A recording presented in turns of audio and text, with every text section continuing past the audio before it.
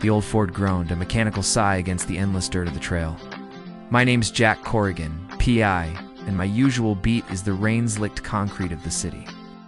Not this god-forsaken stretch of Wyoming dust they once called the Oregon Trail. The case had started with a frantic letter, talk of a family curse tied to this historic path. Now, with Thunderhead's bruised purple on the horizon, I was starting to think the only curse was my willingness to take jobs west of the Mississippi.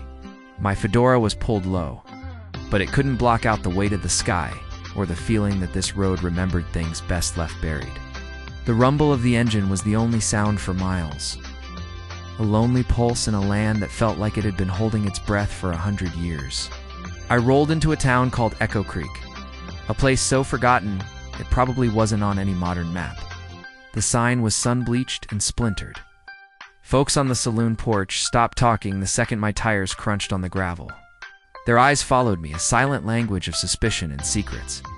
In the general store, a woman with a face like a dried apple polished a display case filled with relics from the trail, a child's worn-out doll, a rusted ox shoe, a tarnished silver locket.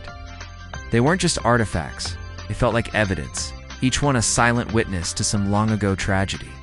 The air was thick with the past, and nobody was willing to talk about it. In the back room of the town's dusty excuse for a library, I found what I was looking for. A stack of yellowed newspapers from the 1850s, their headlines screaming about a pioneer family, the Wainwrights, who vanished without a trace near a place called Devil's Gate. Alongside the articles was a diary, its leather cover cracked with age. The entries, penned by the family's matriarch, spoke of mounting tension, dwindling supplies, and a growing fear of one of their own party, a man whose greed had turned venomous. As I read, a flicker of movement in the window's reflection made me flinch. A translucent figure, a woman in pioneer dress, her face a mask of sorrow before she faded into nothing. Following the diary's last entry, I drove out to an abandoned fort near a deep set of wagon ruts etched into the stone. The wind howled through the decaying wooden walls. There, silhouetted against the setting sun, stood the spectral form of a pioneer man, his ghostly hands still clutching a pickaxe. It was him, the greedy partner from the diary. He wasn't a victim, he was the perpetrator, his spirit trapped by the guilt of his crime against the Wainwrights. He lunged, not at me, but at the ground where he'd buried their possessions, forever seeking a treasure that cost him his soul. I didn't need a gun. The truth was the only weapon that mattered here. I simply turned and walked away.